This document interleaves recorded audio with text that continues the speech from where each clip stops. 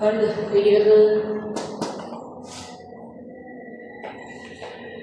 ඉක්මනට ඔයාලට හිතලා තියෙනවද? හරිද? දැන් මෙහෙම හිතන්නකෝ දැන් අපි හිතමු මොකක් හරි ඒ කියන්නේ දැන් මොකක් හරි දෙයක් දැක්කම ඔයාලට හිතෙනවා දැන් සමහර දේවල් දැක්කම ඔයාලට හිතෙනවා ෂා ඒක නම් මාර ලස්සනයි. හරිද? හැබැයි සමහර දේවල් දැක්කම අපිට හිතෙනවා ඒක එච්චර ලස්සන නෑ කැතයි.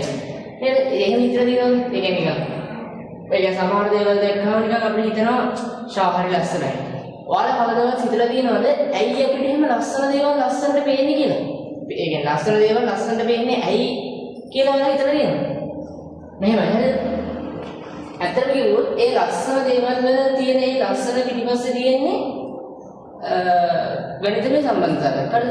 අපි ඕකට කියනවා රන් අනුපාතිකය කියලා. ගෝල්ඩන් රේෂියෝ කියලා කියන්නේ ඕකට. හරිද? මේක ඇවිල්ලා නිකන් සම්බන්ධතාවයක් නෙමෙයි. ලියනාඩෝ ඩා වින්චිගේ සුප්‍රසිද්ධ චිත්‍රයක් තියෙනවා මොනාලිසා චිත්‍රය කියලා.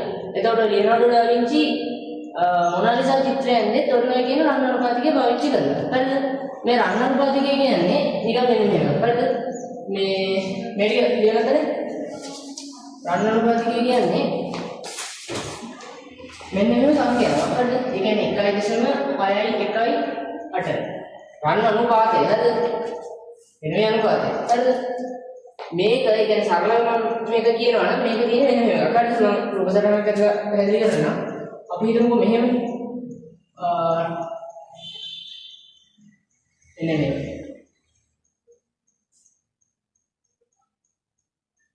හරිද? එන්නේ මේකක් මම රූපසටහන ඇදලා පැහැදිලි කරන්නේ ඒක.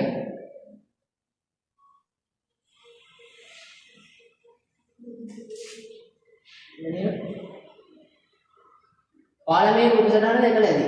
මගේ අර සමහර මේ ටියුටර් පිටිපස්සේ මම මේක දාලා තියෙනවා සමහර. ඔයාලා දැකලා ඇති. ඒ ටියුටර් තියෙනවා නම් පොඩ පෙන්න මේක ඇති. හරිද? එන්න මේ එකක් දැකලා තියෙනවා දැකලා නැහැ කියන්නේ. හරිද? ඔන්න මේක දැකලා තියන්නේ. හරිද? මේකේ අපි හිතමුකෝ මේ පැත්ත දිග කියලා. දිග මම A කියලා ගන්නවා එතන දිග ලෝම හරිද? එහෙනම් මේ පැත්තත් A. මෙතන B.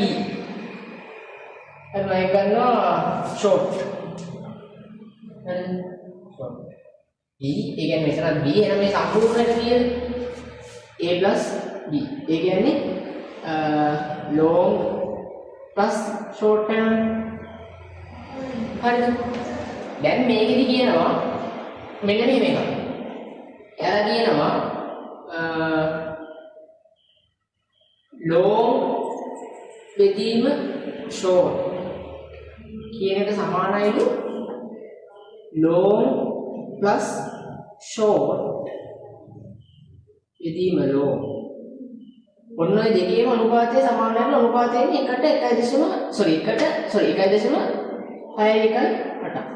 ඔන්න ඕක තමයි දර වශයෙන් රන් අනුපාතිකයේ අන්තිමට මේ ගෝල්ඩන් රේෂියෝ කියලා කියන්නේ. මේක දෙනවලට මේ ලොකුවටම නම් මේක ගැන තේරෙන්නේ නැති නමුත් අර මම කලින් කිව්ව හැම ලස්සන දෙයක් පිටිපස්සෙම තියෙන මෙන්න මේ රන් අනුපාතිකය කියන්නේ. හරිද? ඒ කියන්නේ සූර්යකාන්ත මලක අර බීජ නැත්නම් සූර්යකාන්ත මලේ මැද තියෙන බීජ තියෙන ඒ බීජ පිළින රටා. ඊට පස්සේ ගහක අතු බෙදෙන විදිහ කියන්නේ හද සහ අතු අතර තියෙන ඒ අනුපාතය. ඊට පස්සේ අපි හිතමු ස්වභාව ධර්මයේ තියෙන ස්වභාවික හැඩතල ඒ කියන්නේ බෙල්ලෙක්ගේ මේ අර පිටේ තියෙන කවචයේ තියෙන අර දමනය මොකද්ද මේ කියන්නේ දමනය කියනවා අපි ස්පිරිලෙක් කියන. ඒ දමනය ඒ හැම දෙයක්ම ඊට අමතරව මිනිස්සෙක්ගේ S2 අතර දුර නහයේ පළල මූණේ දිග ඔය හැම දෙයක්ම නිර්මාණය වෙලා තියෙන මෙන්න මේකේ රන් අනුපාතිකය නම. දැන් මේකේ මෙන්න මේ ත්‍රිකෝණාකාර කොටස මේක මෙතනින් එන්න ඕනේ. මේ උඩින් එන්න ඕනේ. මෙන්න මේ ත්‍රිකෝණාකාර කොටසට අපි කියනවා මේ ගෝල්ඩන් ට්‍රයැන්ගල් එක කියලා. සෝරි ගෝල්ඩන් ට්‍රයැන්ගල් එක කියලා. හරි ඊට පස්සේ මෙන්න මේ ටිකට කියනවා ගෝල්ඩන් ස්පිරිල් එක කියලා. ඒ කියන්නේ රන් දවරේ කියනවා. හරි.